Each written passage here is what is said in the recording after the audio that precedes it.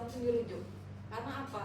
Tadi kalau dia normal sih bisa dia lahir, tapi habis itu bleeding terus, bleeding nggak kelar PPH kita ngomong postpartum hemorrhage, karena dia anemi. Nanti lama-lama uterusnya lembek, kalian nggak pantau pola empatnya, terus tahu-tahu lulusannya ibunya meninggal.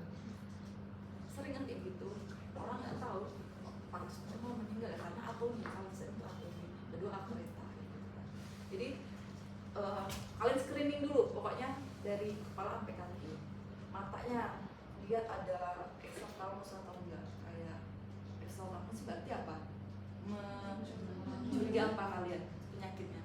Tiroid. Itu bahaya banget kalau enggak diterapi. Itu akan muncul namanya thyroid storm. Jadi badai tiroid kalau akan muncul biasanya dengan rangsangan nyeri. Nah, tadinya nggak tahu ada tiroid, kan kalian udah tahu nih, matanya belok banget gitu kan. Nah, sebaiknya ini belum buka satu, sebenarnya bisa lahir normal sih Bu, tapi kok saya curiga Ibu ada gondokan ya gitu kan. Kan kalian nanti bisa lah cara gondok gimana, ininya diraba pakai tangan gini, palpitasi gitu. Paling gampang tuh lihat sini. Sama jangan pernah lupa periksa yang kerudungan, dibuka ininya. Kadang kita residen aja masih sering luput untuk periksa sini. Kalau tahu ada gondok dari mata udah tahu ya, konjungtiva, bibir juga sih, ini jantung sama paru. Jadi kalau objek itu gak hanya ngurus ini, itu semua, karena penyakit yang lain itu berhubungan sama keberhasilan persalinannya. Kalau ada masalah yang lain, ininya juga jadi masalah, ibunya jadi morbid atau mortal nanti. Nah, makanya sebelumnya screening, periksa parunya pakai apa namanya stetoskop, ada bunyi-bunyian nggak kayak gitu, bunyi suara tambahan baik paru maupun jantung. Kalau ada sebelum kala 2 rujuk aja kayak gitu.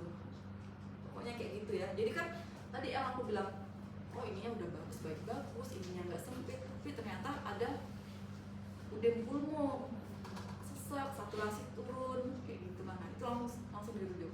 Jangan pernah, aduh kayaknya ini bagus nih, kalian pikir kan fisiologis kan, bayinya cukup nih, ininya nggak sempit, akhir sini ya jangan maksa gitu. Satu ibu hamil meninggal itu auditnya sampai hilir ke hulu. Kalian dokter umum yang nanganin istilahnya kan ada batas kompetensi. Kalian tahu ini harusnya nggak boleh lahir di kalian, misalnya kalian bantu lahir dan paksa, kalian bisa kena masalah. Nggak enaknya objek kayak gitu. Udah nih, aroma jantung, perutnya diraba nih, ada massa nggak ya, atau ada bekas operasi, itu langsung segera rujuk juga deh, jangan ditahan-tahan gitu ya. Terus daerah bawah, lihat ada pertumoran atau enggak vaginanya. Kadang ada si acervix, jadi di VT dulu, bagus nggak ya porsinya, licin nggak ya.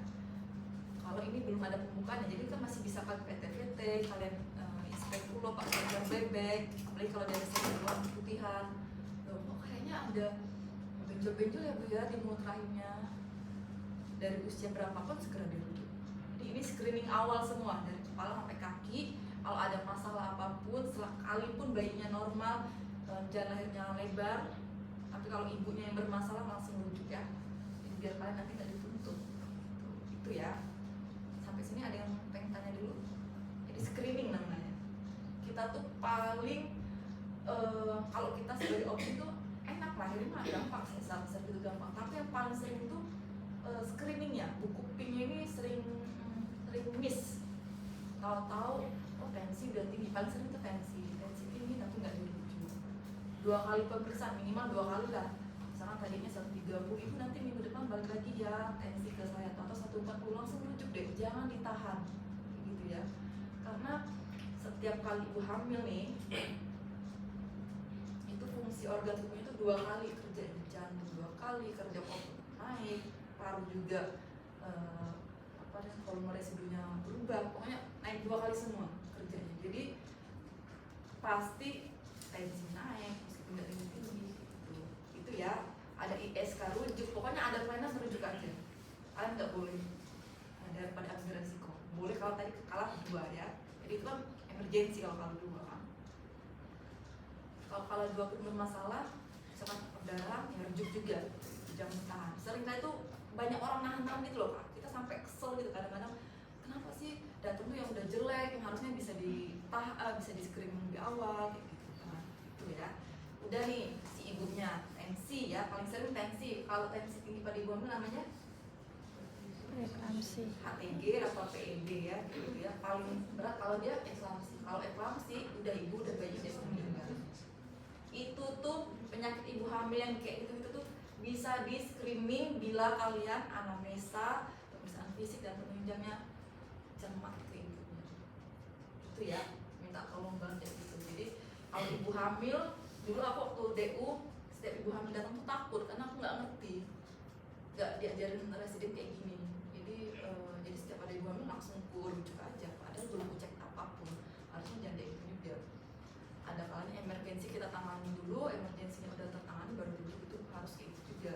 Tapi kalau dari awal nggak emergensi, sejak awal dia rujuk kayak gitu ya. DM rujuk, pokoknya ada apa-apa kayak gitu. Misalkan DM berarti kan harus tahu nilai normal ibu hamil berapa, tiroid, DM, apalagi ya, asma, meskipun nggak serangan rujuk ya. Jadi penyakit-penyakit metabolik, kardiovaskuler, semua itu bisa muncul kalau dia lagi hamil, atau bisa serangan kalau lagi postpartus karena ada rangsangan nyeri. Nanti kok bisa gitu? Itu mekanismenya panjang kayak gitu, kayak nyeri biasanya. Itu ya. Ada yang pengen tanyakan sebelum kita lihat program itu? Jadi screening dulu pokoknya. Sama kalau bisa minum vitamin sebelum hamil, bukan pas lagi hamil. Kalau lagi hamil minum vitamin. Jadi edukasi 3 bulan sebelum hamil minum obatnya vitamin itu ya. Sekarang udah nih, datang nih ibu hamil ke kalian, udah kalian anamnesa singkat, usia kalian lupa nih, ya udah kan pakai kira-kira. Oh si buncitnya ini atau balotominya kita ngomongnya, kayaknya belum nyampe umbilikus berarti kurang lebih usia kehamilannya berapa? Di bawah 20 minggu kan berarti. Apalagi kalau nggak kerabat nih uterusnya, berarti itu kurang lebih 14 minggu ke bawah. Tapi kalau udah kerabat dikit bisa kira-kira. Jadi itu bisa dikira-kira kalau sering ini sih, sering periksa pasien. Kalau kayaknya udah 8 bulan ya dok ya kata pasiennya, berarti harusnya di atas 4 jari di atas gitu. Kalau 37 itu udah tinggi banget, udah sampai psikoideus gitu ujungnya itu ya.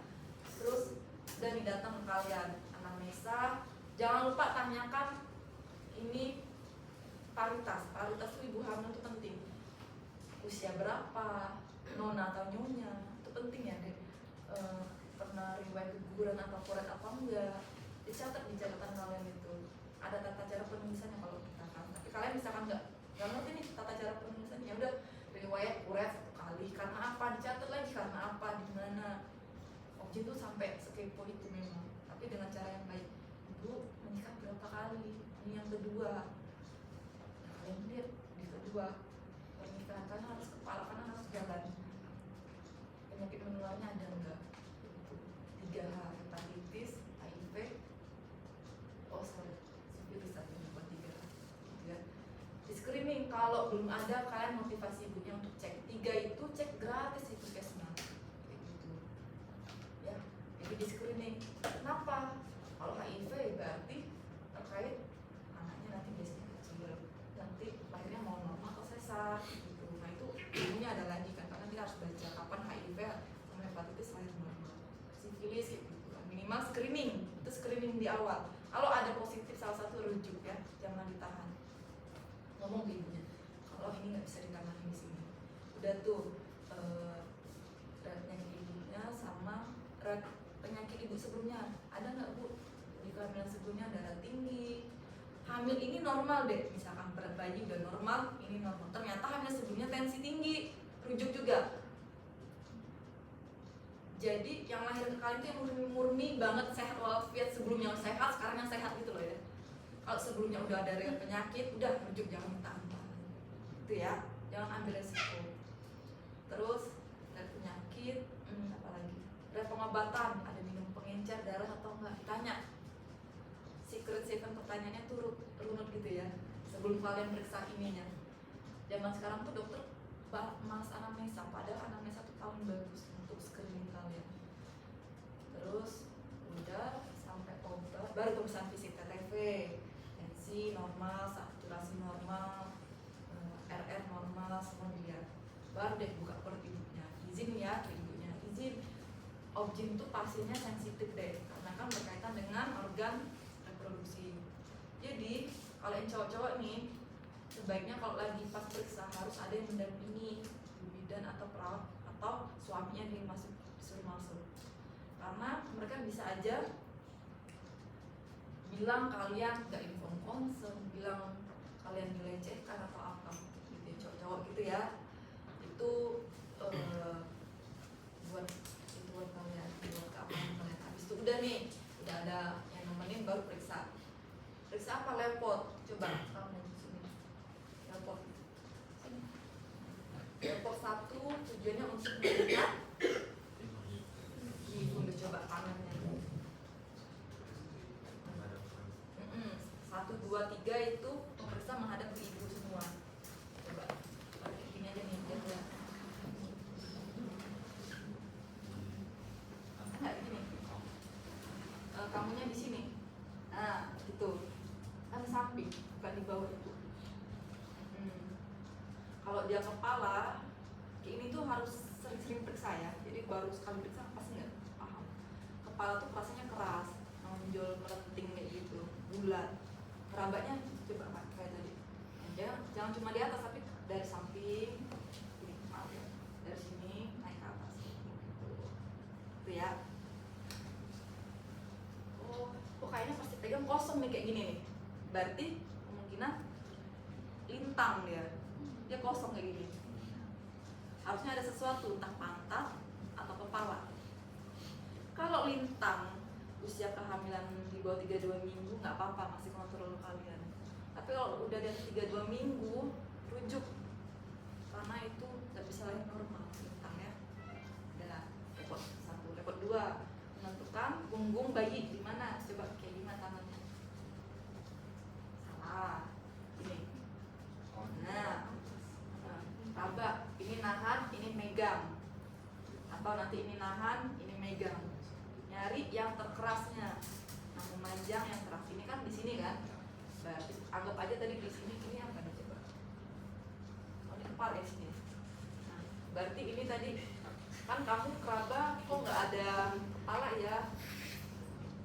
Biasanya tuh kalau bokong atau kaki bentuknya lunak di sini, membel-membel gitu. Kalau kepala tuh bener-bener kayak keras gitu loh deh. Apalagi kalau ibunya kurus gitu ya. Terus level 2 teraba ngomongnya apa itu? Komponennya teraba punggung kiri. Punggung kiri berarti di kiri ibu ya, bukan kiri kamu. Ya, kiri ibu. Kenapa sih level ini? Level tuh untuk ini, untuk mengira-ngira kalian gitu loh. Bayi ini kayak gimana sih posisinya gitu. Oh, tadi kayaknya sini otot ya. Berarti sini punggungnya. Berarti bayinya ini kan bentuknya. Bayangkan. Level 3 gimana tangan? Sama kayak level 1 coba. Nah, disusuri ke bawah. Ngadep aja. Ibunya mana Pak sini ya? Enggak sih. Gini. Iya. Ini nahan si siapa namanya? Pundus. Kamu masih ke ibunya nih. Pegangnya cuma satu kaki. Nah, ini nahan biar nggak gerak. Ini kan yang ngadep ke ibu tuh 4. Ngadep kaki itu 4 ini.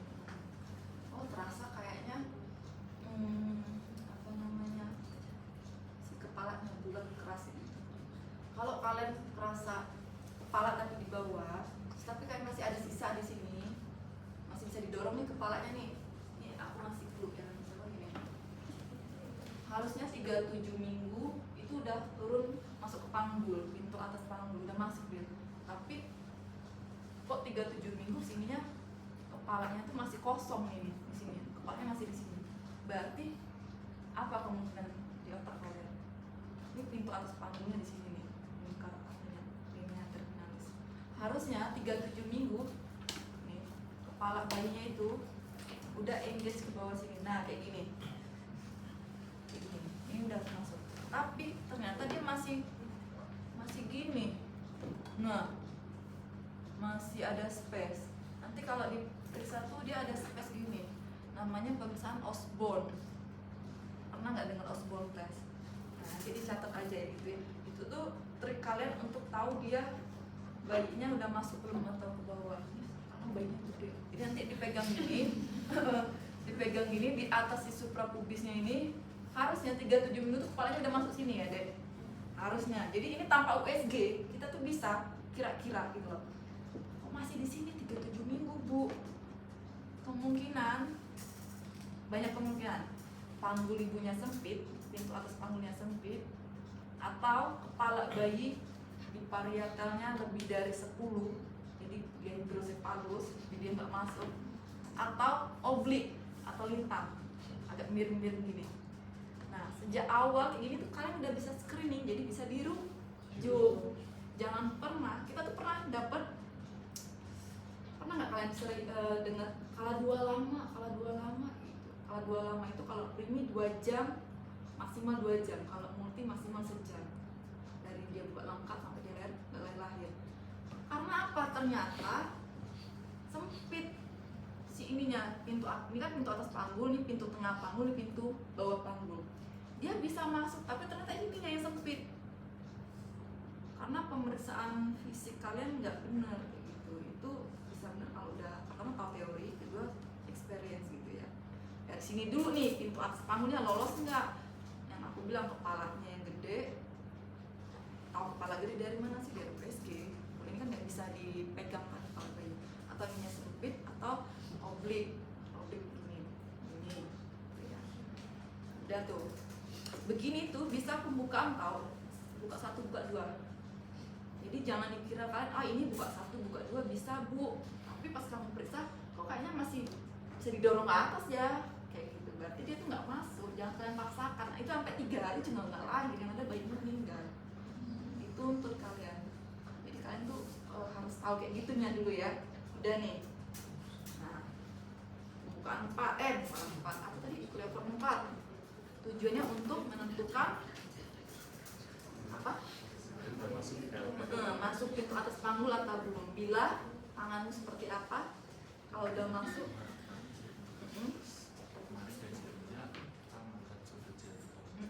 kalau tanganmu ketemu konvergen, nah berarti karena kan kepalanya masih di atas, logikanya gitu ya. Jadi kepalanya di sini, tanganmu masih bisa ketemu deh. Tapi kalau kepalanya udah masuk pintu atas panggul, udah nggak ketemu tanganmu, makanya jadi divergen. Sampai sini paham ya logikanya ya. Itu bisa kalian lakukan dan sering miss. Ini nih tipis-tipis tapi membantu ibu banget gitu. Udah nih pintu atas, level 4 udah. Nah sebenarnya ini nggak dipakai lagi, tapi kalian kalau nanti pas ujian kan pakai gini kan, namanya apa ini? Nah, tujuan kalian linek namanya. Tujuan kalian gimana? Coba kamu bisa jelasin nggak? Gimana kalau kamu tahu letak jantung, asis jantungnya itu dari mana?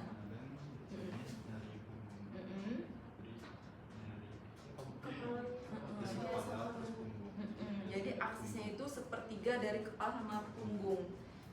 Pas ternyata dia punggung kiri, berarti lenekmu jangan di kanan. Tawan banget tipu-tipunya. Ya, ini bayinya kiri ibu. Kamu di sini kan denger memang punya jantungnya, tapi kan gemanya doang yang kedenger. Dokternya nggak pusing aja kan. Taunya pasiennya dokter atau nggak bidan. Sering kayak gitu. Jadi mereka tuh nggak ngasih tahu identitas mereka. Terus ini tuh berarti di mana? Di sini dong, paling dekat kayak gitu kan. Kalau dia kayak gini di kanan ya berarti kamu di sini. Di sini sepertiga sini. Ya, ini aksisnya. Aksis tuh di sini. Jadi sepertiga kepala sama jantung. Nanti gini deh, sepertiganya di sini. Ya, sama aja kayak gitu. Ini. Jadi jangan terlalu di pinggir paha ibu, jangan terlalu tengah umbilikas. Ambil titik tengahnya, titik tengah ininya ini loh. Ini kan umbilikal nih. kamu gini nih, ini berarti linea midclavicular. Jangan pula kamu taruh klinikmu di sini, nanti kamu diketahuan sama pasien atau nggak di sini, ketahuan banget bohong. Jadi kalau mau action yang bagus gitu loh ya, yang kayak film Indonesia, kalau bikin film medis kayak film Korea gitu bagus kan. Udah nih, kalau pas ujian kan kalian disuruh bener-bener ngitung semenit kan sama DPJP, ya nggak apa berapa? Aku pernah lihat hitung ya 5 kali 15 ya, 3 kali hitung pokoknya gitu ya. Sering kali yang kedengar itu adalah detak jantung denyut nadi ibu. Di sini tuh ada aorta abdominis. Gimana caranya bedain ini detak jantung bayi atau ibu? Pas kamu gini, gimana caranya? Ini DJJ ibu. Pas kamu itu ibu mati lah. Kok denyut ibu? Karena nih DJJ janin dulu nih normalnya berapa? 20 sampai 160. Asam kok 80. Ternyata ada 2 kemungkinan, beneran punya si bayi atau punya ibu. Caranya kesini, kamu pegang nadi ibunya. Nah, dokter-dokter zaman sekarang tuh kadang maaf ya, agak kurang-kurang juga nadi ibu tuh di mana sih? Nah, di radial ya, bukan di ulna ya. Di sini tolong ya radial ya. Karena aku sedih loh lihat dokter-dokter zaman sekarang sini. Jadi pas gini, kamu megang radial ibunya. Kok sama? Oh berarti detaknya itu sama, serentak. Berarti ini punya ibu. Cari lagi. Misalkan belum ketemu, tekan-tekan bayinya digeser. Kadang bayinya itu ada fase sleep, tidur. Jadi agak susah nentuin DJJ-nya. Itu ya. Udah. Kalau dia 120, 160 berarti normal. Tapi kok kalau dia di bawah itu misalkan 100 sampai 120, kamu suruh ibunya makan dulu. Kayak kita loh, orang gula itu ke error otaknya kan. Jantungnya juga jadi lemah atau gimana, suruh makan 15 menit kamu bisa. Kalau masih ya udah rujuk kayak gitu ya. Udah nih DJJ sekarang TFU. TFU tadi sama, kepalanya di sini. Syaratnya press bow atau press cup, bisa ngitung TBJ. Tapi kalau minta nggak boleh. Kalau dia press cup, rumusnya pakai rumus apa? Jangan semua kalian pakai sama. Rumusnya namanya pakai Jansen-Tosak. Rumusnya tinggi fundus dikurang 11 atau 12 kali 155. N-nya itu apa sih? N-nya itu kalau kita ada 13, 12, 11. 13 tuh belum masuk panggul, 12 tuh udah lewat pintu atas, 11 tuh udah di bawah banget. Jadi kalian udah ya 30 minggu kan nggak mungkin masuk kan, tapi kalian PT juga ya, ada 30 minggu tau-tau udah buka 4 tuh ada juga. Jadi jangan kalian terlalu pede, Bu ini belum masuk. Pokoknya di objin tuh jangan terlalu pede, harus selalu PT gitu ya. Aku pernah dapat koas di Bora, aku nggak mau PT karena katanya maaf ya, dia tidak mau menyentuh perempuan. Terus aku bilang, nah berarti kamu harus pilih jadi dokter ya nggak? Tapi nggak apa-apa. Ya udah, terus udah tuh selalu PT, jangan lupa PT. Terus di pemesan kalian belum dalam persalinan, berarti nanti dikalinya 13. Ya kan benar 13 ya? Set. Misalkan tingginya ini 28 cm dikurang 13 dikali 155, itulah taksiran berat janin. Percaya atau enggak, TBJ yang pakai TFU ini jauh lebih valid dibanding kita USG itu. Bedanya kan cuma 100 ini nih. Kita kalau USG itu sampai 500 coy. Gitu ya. Apa? Bedanya sampai sejauh itu. Jadi jangan pernah malas untuk TFU. Nah kalau dia press bow kayak gimana? Ada nih, ini ilmu-ilmu ini kalian pakai kalian pas koas nanti. Kan kalian nolong persalinan. Kalian tuh sampai ke ngitung-ngitung ini loh, nanti ngomong ke kita, "Dok, aku dapat TBJ ini lah. Kamu gimana cara ngitungnya?" Kalau kalian benar, hasilnya kasih kalian waktu sendiri. Ini kalau press bow pakai rumus namanya Risanto. Lupa aku. Tinggi ini dikali 1, coba kamu cari dikali 150 apa berapa? Nanti dikurang 125 kalau nggak salah ya. Nanti cari, lupa juga. Arisanto. Jadi rumusnya beda kayak yang Johnson Tosak ya. Nanti dicari aja ya. Terus udah nih. Selanjutnya mau ke pemeriksaan dalam. TF kurang 1 dikali 100. Enggak, jangan pakai yang itu ya. Macem-macem ya. Kamu fokus nyari itu ya. Terus nih pas waktu pemeriksaan ini kalian pastikan dulu kakinya bisa nekuk. Kita ada ternyata pasiennya ini pos KLL. Waduh repot banget kalau duanya dia itu. Kamu bayangin nggak dia pos lagi ternyata dia ada pasang apa namanya? Baru ganti orif femurnya, kepalanya itu. Dan dia tuh nggak ngomong, datang kala 2 mau nggak mau kamu tolong dong. Kita suruh dia gini apa nekuk gitu nggak bisa, ternyata ada ini. Akhirnya kakinya ini lurus, yang ininya ngengkeng gitu jadi kayak anjing gitu. Bayangkan. Jadi makanya aku bilang screening dan pemeriksaan fisik itu penting.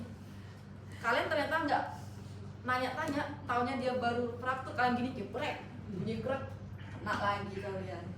Sepele itu loh. Itu ya. Oh bu, kakinya suruh dia sendiri nekuk. Bisa nggak bu nekuk kaki sendiri? Biar kalian nggak salah-salah banget kalau itu. Iya kan? Kalau ada lagi ibu hamil yang nggak bisa angkat kaki karena hipomagnesium atau hipokalemi. Kok bu nggak bisa bu dua-dua atau nggak karena stroke? Makanya suruh dia dulu angkat. Kalau bisa ya udah maksimal udah inspeksi kayak biasa. Lihat ada masalah nggak, tanda-tanda inflamasi kan, rubor, alor, kayak gitu-gitu lah ya. Ada tumor-tumor enggak di sini, ada benjol-benjol atau enggak. Kalau dia sifilis stadium 2 tuh ada di sininya kayak nodul-nodul kayak gitu-gitu ya. Pernah kan masih lihat fotonya sifilis. Terus atau apa satunya temen sifilis, lupus mole itu juga ada kayak gaung-gaungnya kayak jerawat yang pecah kayak gitu ya, cekungan kayak gitu. Nah itu juga ada. Jangan kalian lahirin normal kecuali kalah 2, pokoknya kayak gitu. Jadi kalau di audit nggak ada salahnya kalian nolong karena kalah 2 pak waktu di audit gitu. Tapi kalau baru kalah 1 apalagi laten ya rujuk aja gitu ya. Udah dilihat inspeksi bagus. Sekarang VT nya obstetri. Kalau dia hamil pakai tangan, kalau dia nggak hamil pakai ini. Tapi kalau dia ada keluhan keputihan berulang, misalkan ibu hamil nih datang ke kalian tuh kan kompetensinya tahap diagnosa kan, datang keputihan atau perdarahan. Kegawatan ibu hamil itu APH, antepartum hemorrhage, sama PPH, postpartum hemorrhage. Nah biasanya kalau APH itu datang tuh keluarnya ngeflag, kalian kira tanda persalinan, kan tanda persalinan kan berdarah, lendir, suban. Tapi usia kehamilannya baru 32-34 ke keluar darah. Bisa dia tanda persalinan atau ada placenta previa di bawahnya. Caranya gimana? Ingat di kepala kalian, kalau perdarahan bukan aterem, bukan 37 minggu, periksanya jangan pakai tangan dulu, pakai inspek dulu, sensor pipet, tengok dulu. Tahu-tahu ada plasenta di sini, waduh, itu kegawatan banget deh. Kita aja operasinya getar-getir. Kalau kalian PT, ternyata kamu gini-giniin, ya. Ini anggap aja ini mulut cervix ya, anggap aja ya yang sebelah sini ya, anggap aja ini buka 3 ya, harusnya ini kan segini buka 5 kan, anggap aja ini buka 3.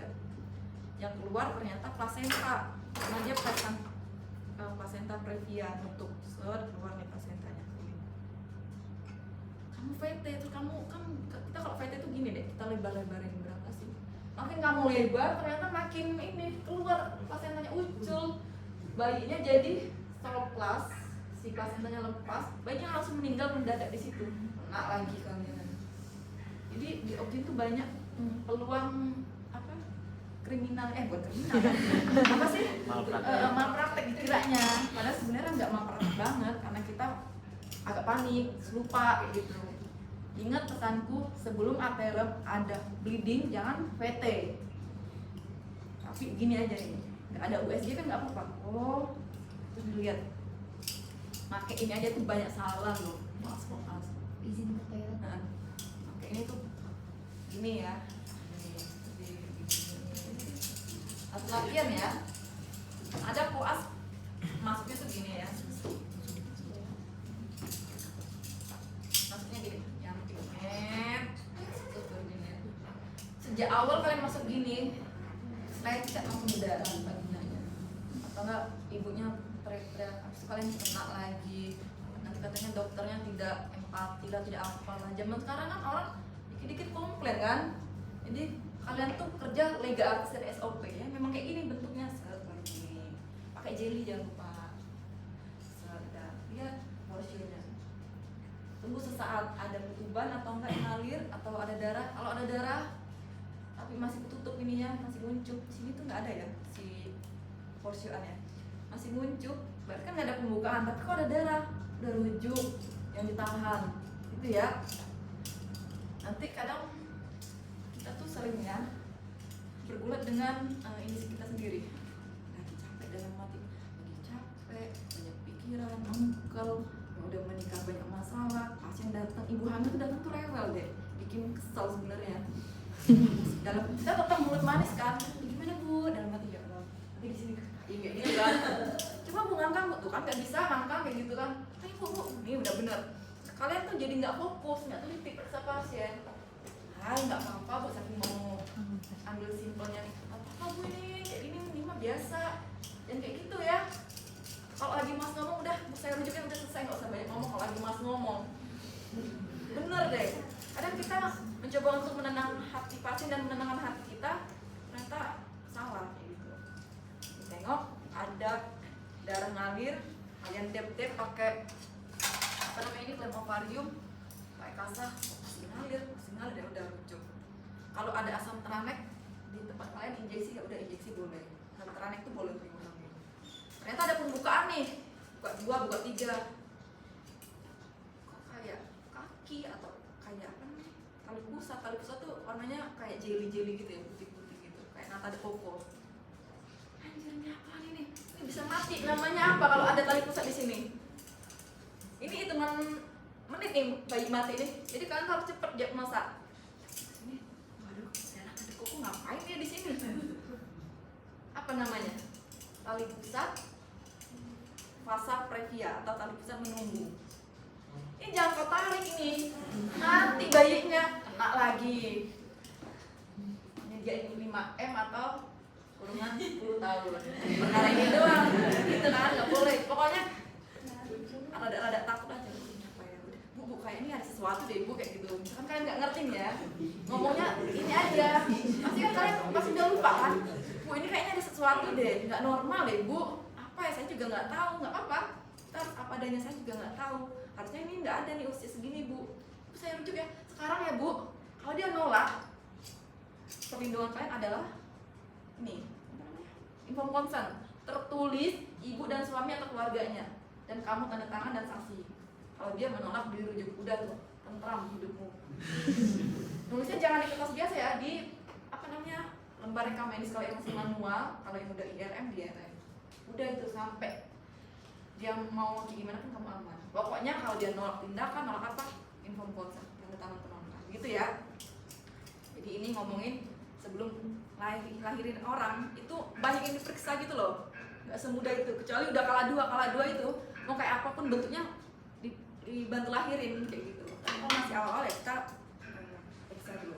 Udah ini udah, ternyata dia nggak ada perdarahan tapi datang keluar kenceng-kenceng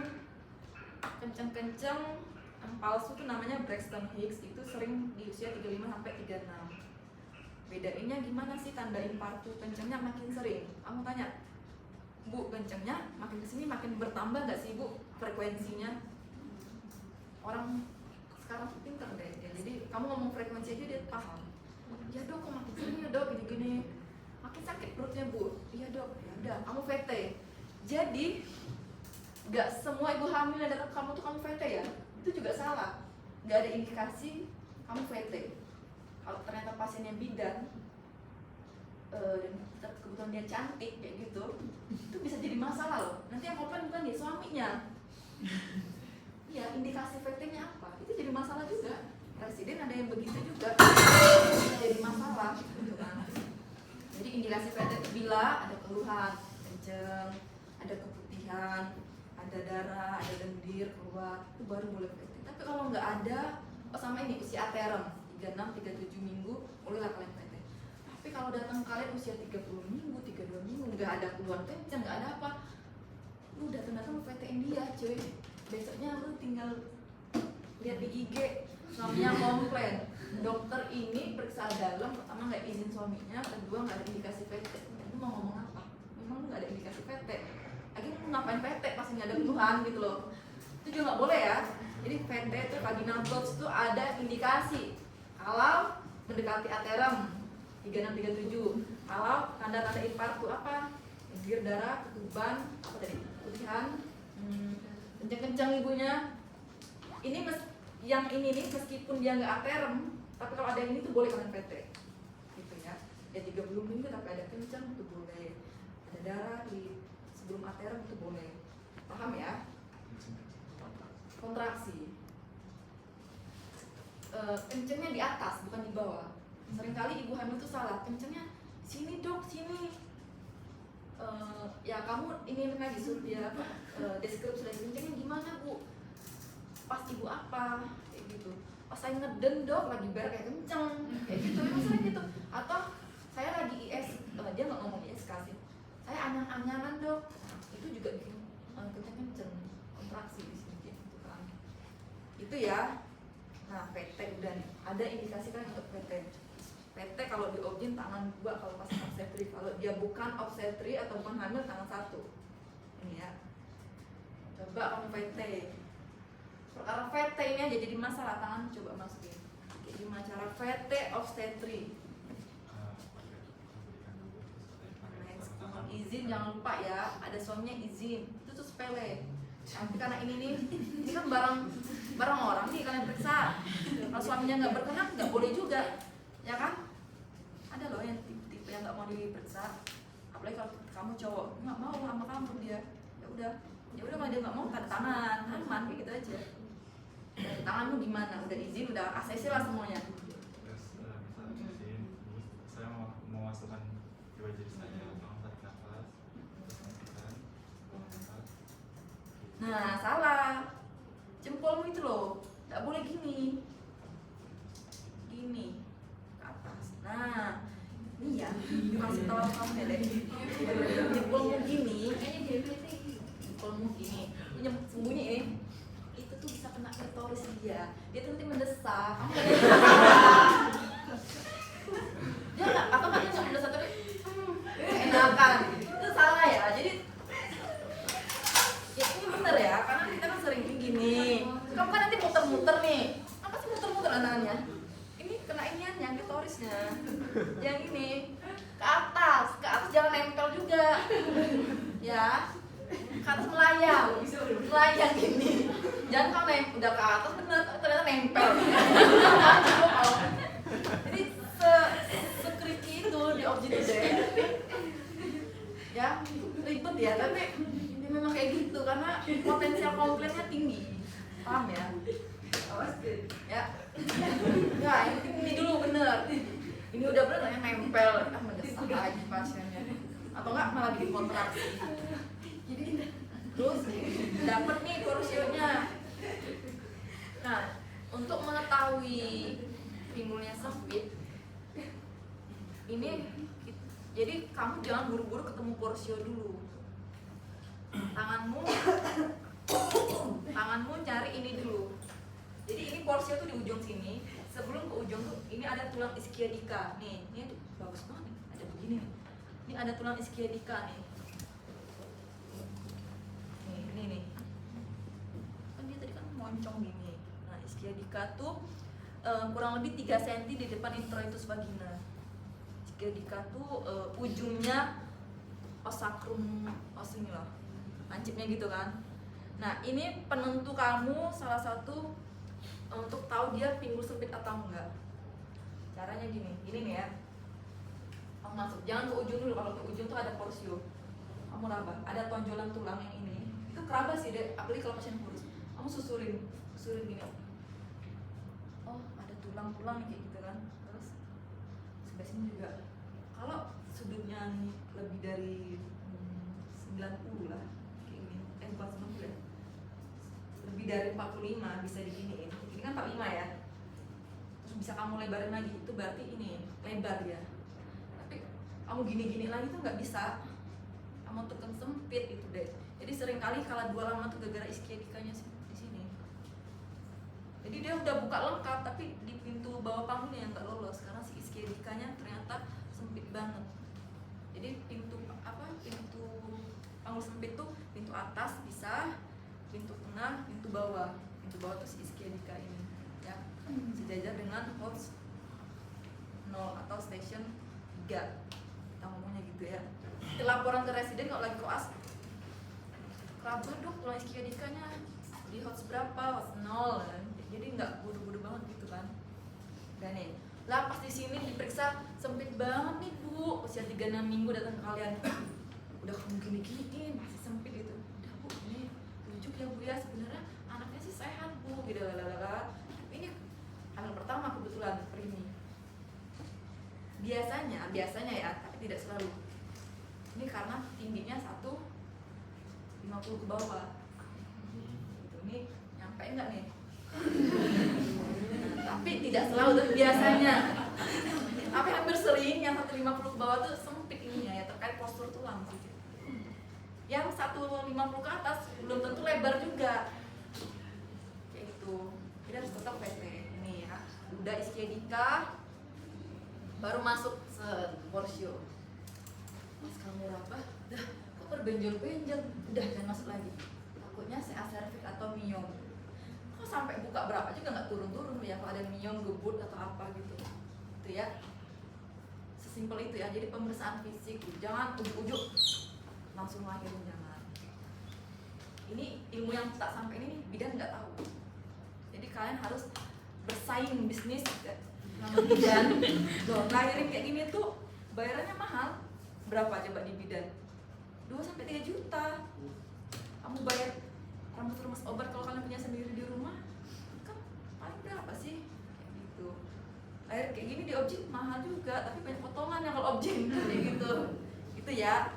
Jadi kan lumayan nyari duit dari persalinan normal, maksudnya kayak gitu. Bedanya apa? Kalian lebih ngerti klinis dibanding bidan-bidan tuh nggak paham ini.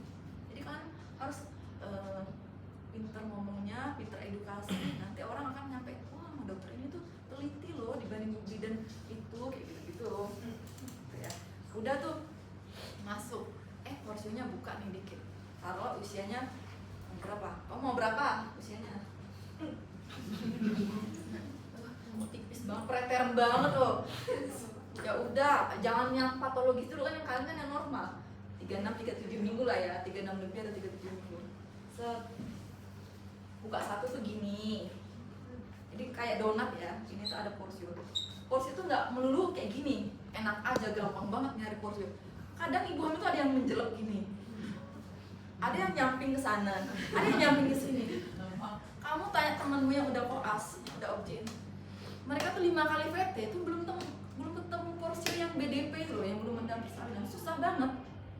Jadi cara nyarinya itu ya benar-benar diuwek-uwek gitu loh, nyari sampai lihat ke atas nggak ketemu, nanti baru ketemu. Dia kayak ada donat gitu kan, masuk tangan. PT buka 1, buka 2, buka 3, buka 4, buka 5, udah nggak pakai, nggak bisa gini lagi kan. 5, 6 tuh sisa ini, sisanya kalau sisa 4 berarti 6, sisa 3 cm, 7 kayak gitu ya. Di PT kayak gitu. Udah tuh. Nah sekarang akhiran normanya. Arwah ini udah buka 10. Jebret, nih kamu. Preemie. Nah ini ada baru kejadian. Kita kemarin di luar kota 2 jam nggak lahir, bayinya mati cuy. 68 DJJ-nya karena dia lupa preemie, dia lupa epis. Nah ini gunting epis, jangan salah ya, kalian jangan sampai salah kalau ambil gunting. Kalian pakai gunting ini kena kepala bayinya masih mati. Ini ya dia bengkok gini, gunting epis. Biasanya ada yang tumpulnya di sini. Sebelum kala 2 pun kalian datang kalian jangan panik juga, pokoknya dilebarin dulu. Epis di mana? Sebaiknya di kiri. Media lateral. Jadi jangan langsung gini ya. Tapi dia ke sini dulu, tapi jangan sejajar anus ya. Nanti malah ruptur grade 4 bingung lagi si objeknya nanti. Sini nih, media terus ke sini. jebret, kasih betadine dikit, jebret gitu. Kapan ini epic? Saat ibunya ngeden dan kontraksi. Kalau lagi nggak ngeden jangan kamu gini, bleedingnya nggak karu-karuan gitu ya. Udah nih, udah pasti ini muncrat sih, tapi ya udah ditahan gitu kan, tapi nggak bikin mati sih. Nah, asal HB-nya bagus. Udah nih, nolong bayi di sini. Iya. Kan kalau di LK kan koas kan ini sampai kal 4. Ini apa potensi kalian? Seret ini. Ayo bu. Kok angel ya? Make robot di iniin banget. Apa namanya? Kakinya ditekuk banget. Pokoknya sampai dia bisa nyium kakinya kalau bisa. Maksimal ya. Ya make robot tuh kayak gitu deh. Apa ini ngekek banget. Kamu nggak akan bisa nolong cuma berdua orang. Nggak ada orang nih, suruh keluarganya yang bantuin. Itu membantu kalian. Belum dia paniknya, belum kamu ditendangnya. Iya, jadi orang ibu hamil tuh seperti kan jadi galak gitu. Gini. Nah, caranya sebelumnya itu kalian harus ini dulu. Kalau dia kayak gini, lahiran kalian ini nggak boleh sebenarnya. Ini mau presentasi, bulu-bulu besar di atas. Pas kalian PT, buka 7, ada bulu-bulu besar tuh 4 ya, kayak segi 4. Di atas mantap, udah rujuk aja. Lahir deh, mati bayinya, nggak bagus pokoknya. Karena apa ya? Posisinya harusnya jangan gini, harusnya begini. Nah, tapi badan bayi itu kalau lahir begini, tapi kepalanya tuh gini loh. Mana sih dia kok nggak bisa gini? Gini loh, dia gini tapi kepalanya tuh gini deh. Fleksibel itu. Tapi kalau dia lahir gini ya, waduh nyangkut nih, nggak boleh. Ini namanya distosia bahu, datar gini badannya. Dia tuh pasti gini, kepalanya gini. Kardinal movementnya nanti kalian hafal. Kepalanya, nah yang ini tuh ubun-ubun kecil di jam kita masih toleransi lah jam 11, 12, 1. Kalau ubun-ubun kecilnya itu boleh lah yang normal. Tapi kalau terabang, udah kerabang muka gini. Kok masuk mulut ya? Udah bu, jangan lahir di sini, saya takut. Jujur semuanya. Kerabang tangan. Ini juga bakal mati bayinya. Keluar tangan 1. Jangan kalian paksa tarik ya. Kerabang kaki. Kalau kerabang kaki 2 boleh. Tapi kalau kerabang kaki 1 jangan cuy, mati dia. Yang mati bayinya hitungan menit sih, kayak gitu. Jadi pokoknya kepala atau 2 kaki itu boleh ya. Udah gini. Akhirnya gini tanganmu. Ini. Nah, ini nahan bahu atas. Jangan cuma gini. Ada lagi koas kemarin, lahirnya gini. Nah. Ada. Nggak bohong kita, nanti kelakuannya ketahuan karena panik. Jadi gini. Ini si bahunya, kupingnya, tangannya tuh gini coy. Nah, ini ya, jangan cuma gini. Pokoknya kelakuannya ketahuan nanti pas udah partus sih, kan panik soalnya. Ini ke bawah. Ini ke bawah gini. Set, baru ke atas. Jangan langsung kamu gini coy. Bayinya nggak apa-apa, tapi ruptur grade 4. Karena kamu paksakan gini, set. Ini kan berarti kamu paksa lebar bahunya. Jangan. Ini tuh sungguh aksis ibu memang. Set, ke bawah. Terus kayak angel yang gini-gini nih boleh. Baru ke atas. Akhir bahu anterior dulu, bahu anterior, baru posterior. Coba. Ini kelihatan gampang, tapi 3 kali kamu lahir normal belum tentu benar triknya. Nih coba. Lahir bahu anterior baru atas. Nah pas sudah keluar nih, kayak gini nih, pasti kayak gini nih. Tidak sopan jangan ini langsung gini, sangga susur. Kalau kata bidan namanya sangga susur. Udah gini, langsung tanganmu gini, sangga susur gini. Ini kok kamu udah gini salah. Udah bener nih megang Pak Wi. Dia bingung. Kamu taruh gini. Itu juga salah deh. Gak masalah sih, anaknya juga cuma gak cantik gitu kan. Nah, gini langsung gini. Ini terserah ngomong gini pasti kalau kita kan kiri ibu jadi gini baru gini. Kalau ada lilitan nih, lilitan 1 nih, gimana ya? Aduh panik, gue mati gitu kan. Nanti lu bilang inget lagi lilitan, wah mati nih nanti anaknya. Lilitan yang aku maksud tadi kalau yang gini ya, yang belum ada pembukaan tapi di sini nih. Nah ini tali pusat penumbuh. Ini kamu tarik, udah isdat langsung dia meninggal. Ini lilitan nih, satu nih. Caranya gini, 1 atau 2 ya boleh. Jangan kau paksa gini dulu ya. Kendorkan tali pusat, set. Masuk 2 tanganmu. Terus kalau bisa digini nyet gitu ya. Terus giniin dulu. Pokoknya nanti tergantung posisi lah ya. Nah, bisa. Jadi giniin dulu. Karena ini dia bisa asfiksia kalau itu. Nah, kalau kok kenceng banget ya. 2 kan kenceng banget. Pokoknya kamu masuk jarimu aja bawah lagi. Kenceng gitu. Udah kau gunting aja di tali pusatnya. Di sini. Selesai. Gitu ya. Dikasih lempar pusat dia itu loh. Oh, 3. Jadi kalau dia kencang ya, kalau nggak kencang mah longgarin aja, longgarin terus baru giniin, baru fokus nolong. Itu ya.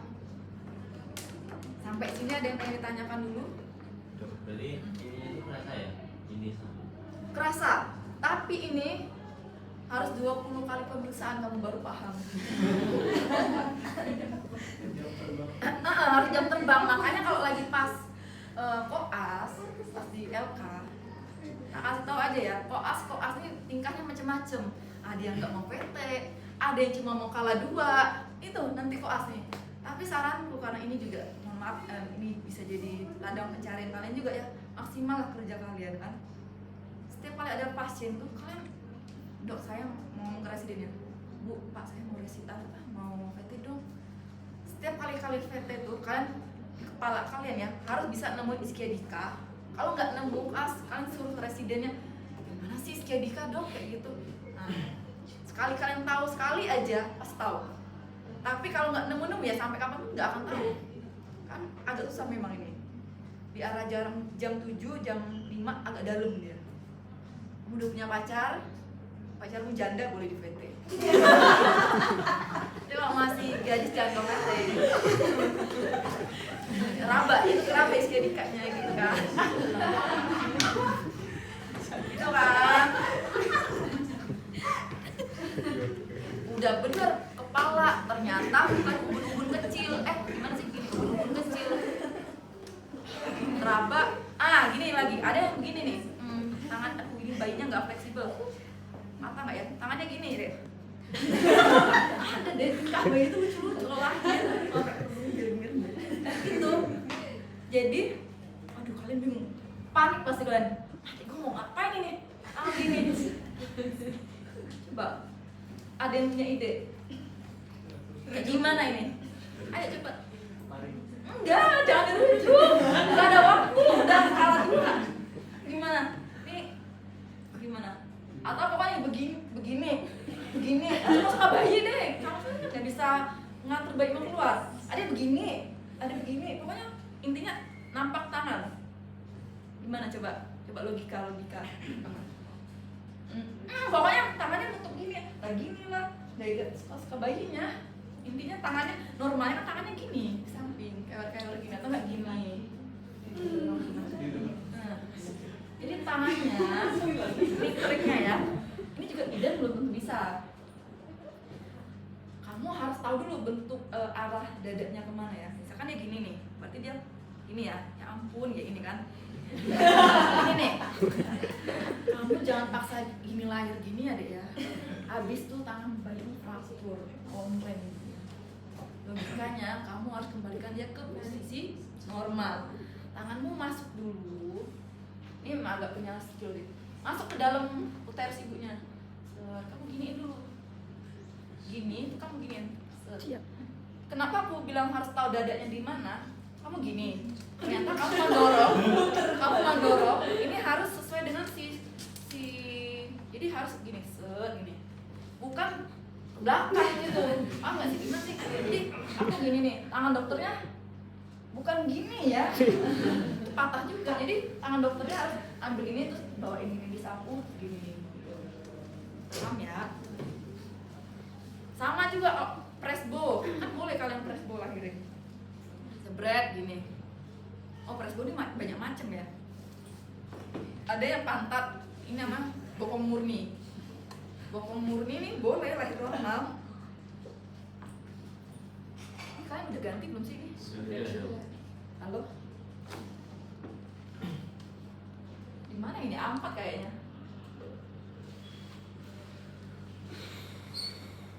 Gimana ini? Bebas aja tuh. Terserah. Yang penting mah ngajar koas, terserah DPJP-nya siapa. Koas aja. Bebas. Bebas aja. Udah nih, ini presbo ya. Aku lanjutin yang presbo. Cepat aja. Kalau dia bokong murni, cara ngelahirinnya gini. Kayak kalian megang donat.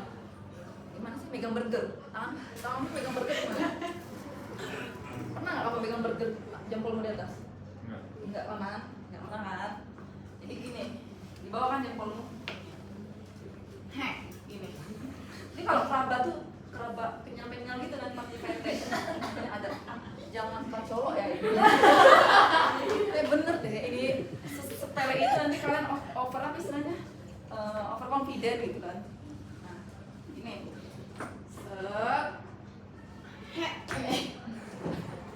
Bisa nggak? Dibalik gitu dia. Biasanya kita pakai handuk untuk itu ya, untuk apa ngurangin ya. Itu pertanyaan yang bagus. Jadi kita pakai handuk biasanya. Ini gimana selunyu itu bayi itu deh. Pakai handuk. Ini kalau dia dua pantatnya yang keluar ya, spontan brah namanya. Jebret gini, balik ya. Jangan kamu gini. Kan kamu kira kan harus normal gini terus kan?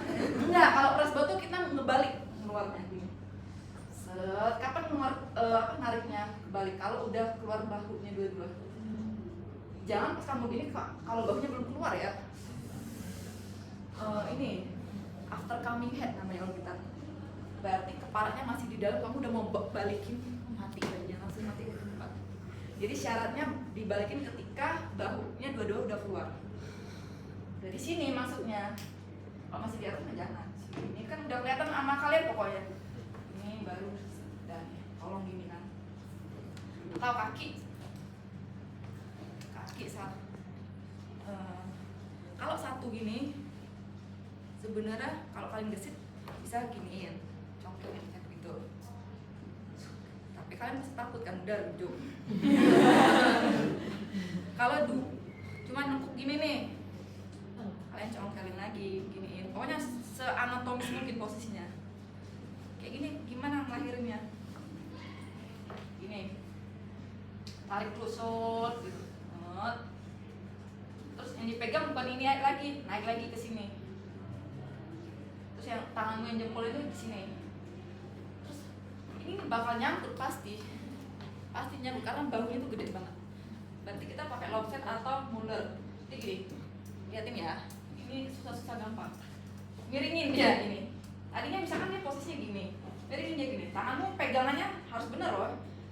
Kalau udah mau ngeluarin atas, bukan ini lagi dipegang. Aniaya sekali kan. Harusnya gini, gini. Jempolmu nahan dua tulang di sini. Segini, set. Tangannya misalnya ke atas lagi nih kayak tadi. Giniin lagi gitu. Kamu gini terus kamu lewatin ke belakang, patah udah tangannya ya. Jangan ya. Jadi sesuai dengan anatomis ini. Akhirin ke bawah, set gini. Nah, yang ini kok masih nyangkut. Kamu gini nggak keluar. Kamu gini, set gitu. Jadi dari posterior jadi anterior. Gini, ngeluarinnya selalu kayak gini. Itu ya. Itu yang diputerin. Kalau yang posteriornya nggak keluar. Kalau udah gini, terus dia bisa keluar, kamu gini aja. Nah, kalau di gini keluar ya udah langsung gini lagi.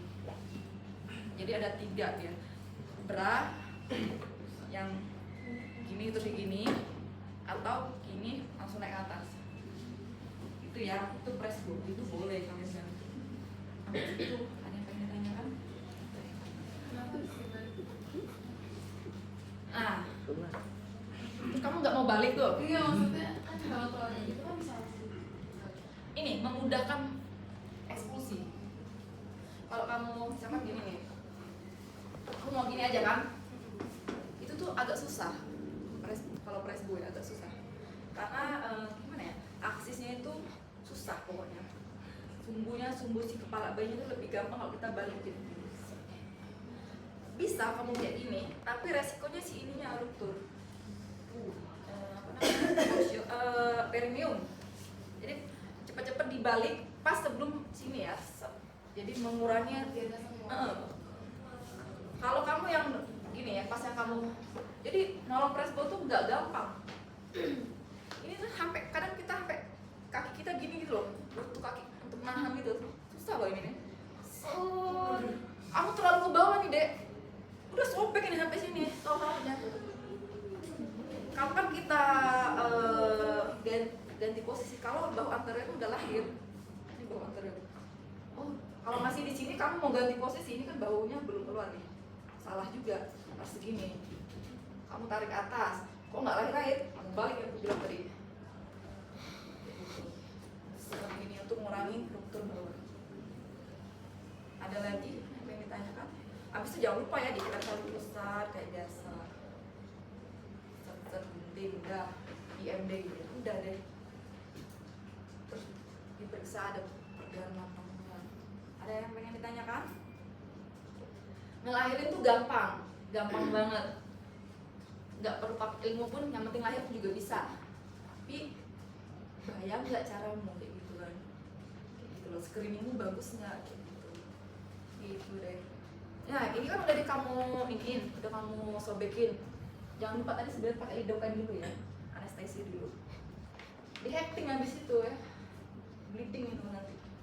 Hecting, dijahit pakai kromik. Ditutup ya. Ada lagi pengen ditanya no? Gimana? Ada yang minat masuk objin? Capek rasanya objin. Oh masih on record? Udah. Off aja udah selesai.